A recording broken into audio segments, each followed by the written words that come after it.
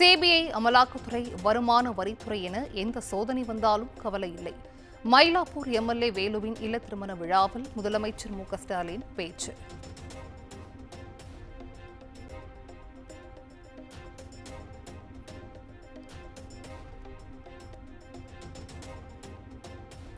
எத்தகைய கூட்டணி வந்தாலும் திமுகவின் வெற்றியை யாராலும் தடுக்க முடியாது என முதலமைச்சர் ஸ்டாலின் உறுதி.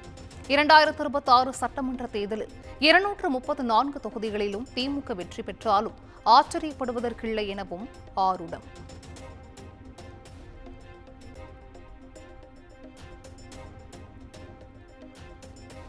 மயிலை வேலு ஊர்ந்தோ தவழ்ந்தோ பதவிக்கு வரவில்லை, படிப்படியாக பதவிக்கு வந்தார். இபிஎஸ்ஐ மறைமுகமாக சாடிய முதலமைச்சர் மு.க.ஸ்டாலின்.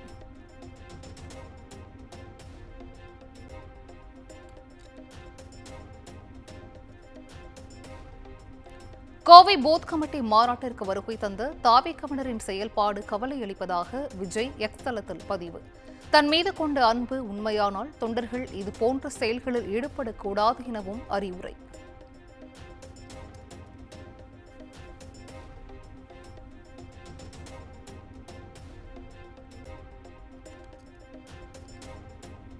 நமது அரசியல் பயணத்தில் கடமை, கண்ணியம், கட்டுப்பாட்டுடன் கண்டிப்பும் சுய ஒழுக்கமும் முக்கியம்.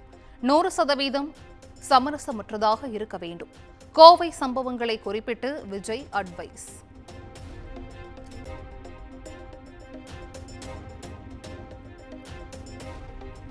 தேமுதிக தேசிய இளைஞரணி செயலாளராக விஜய் பிரபாகர் நியமனம்.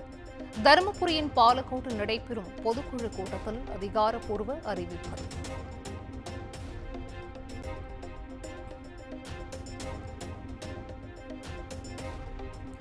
தமிழகத்திலிருந்து திமுக ஆட்சி விரைவில் அகற்றப்படும். காஞ்சி காமாட்சி அம்மன் கோவிலில் தரிசனம் மேற்கொண்ட நயினார் நாகேந்திரன் பேட்டி.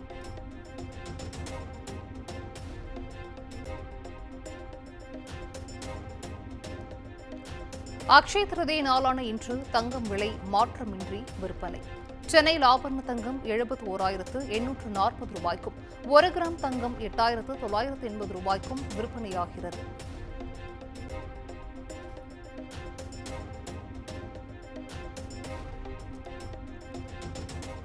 மாஞ்சோலை தேயிலை தோட்ட தொழிலாளர்களுக்கு விலையின்றி வீடு.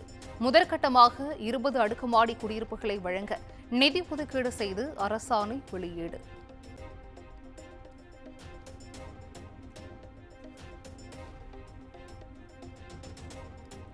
அரசு ஊழியர்களுக்கு 2% அகவிலைப்படி உயர்வு. சட்டப்பேரவையில் முதலமைச்சர் மு.க.ஸ்டாலின் அறிவித்த நிலையில் அரசாணை வெளியீடு.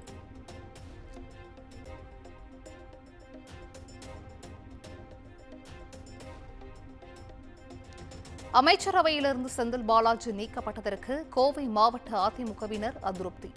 அரசின் முடிவுக்கு எதிர்ப்பு தெரிவிக்கும் வகையில் மாநகர் முழுவதும் போஸ்டர் ஒட்டி ஆதங்கம்.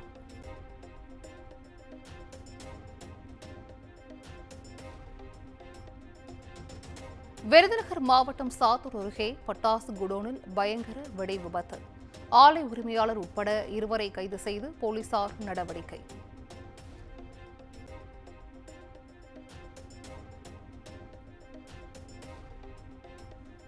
நெல்லை மனோன்மணியம் சுந்தரனார் பல்கலைக்கழக பேராசிரியர் மீது பாலியல் வழக்கு பதிவு. உதவி பேராசிரியருக்கு பாலியல் தொழில் அளித்த புகாரில் போலீசார் நடவடிக்கை.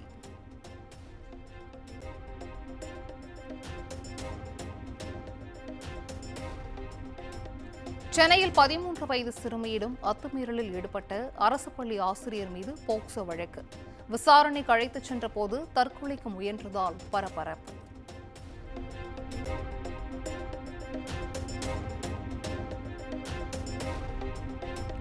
கடலூர் மாவட்டம் குள்ளஞ்சாவடி காவல் நிலையத்தை முற்றுகையிட்டு பாமகவினர் போராட்டம். முருகவேல் என்பவர் தாக்கப்பட்ட சம்பவத்தை கண்டித்து முற்றுகை.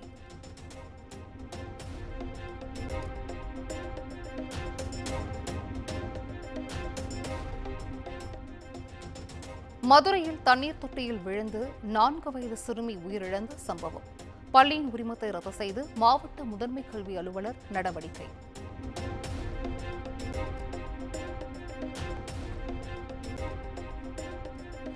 கோவையில் கழிவுநீர் கால்வாயில் சிக்கிய அரசு பேருந்தால் பயணிகள் அவதி. முறையாக குழியை மூடாத ஒப்பந்ததாரர் மீது நடவடிக்கை எடுக்க மக்கள் கோரிக்கை.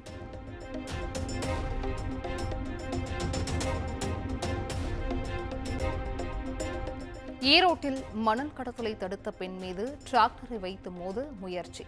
வீடியோ காட்சிகளின் அடிப்படையில் 3 பேரை கைது செய்து போலீசார் நடவடிக்கை.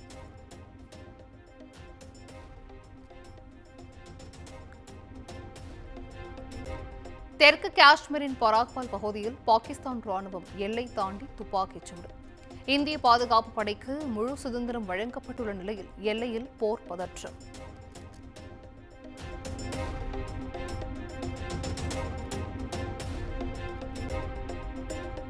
மத்திய அமைச்சர் ஜெய்சங்கர் பாகிஸ்தான் பிரதமருடன் ஐநா பேச்சுவார்த்தை. எல்லையில் போர் பதற்றம் நீடித்து வரும் நிலையில் முக்கிய வலியுறுத்தல் என தகவல்.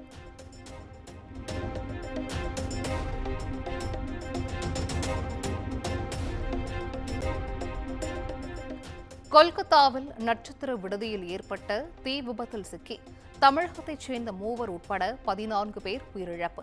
பலர் படுகாயங்களுடன் மீட்கப்பட்டுள்ள நிலையில் உயிரிழப்பு அதிகரிக்கும் என அச்சம்.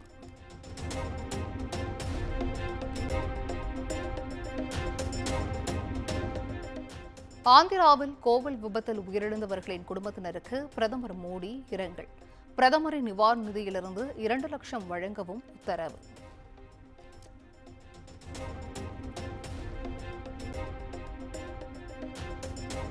குஜராத் மாநிலம் அகமதாபாத்தில் அடுக்குமாடி குடியிருப்பில் பயங்கர தீ விபத்து. குடியிருப்பு வாசிகள் பத்திரமாக வெளியேற்றப்பட்ட நிலையில் தீயை அணைக்கும் பணி தீவிரம்.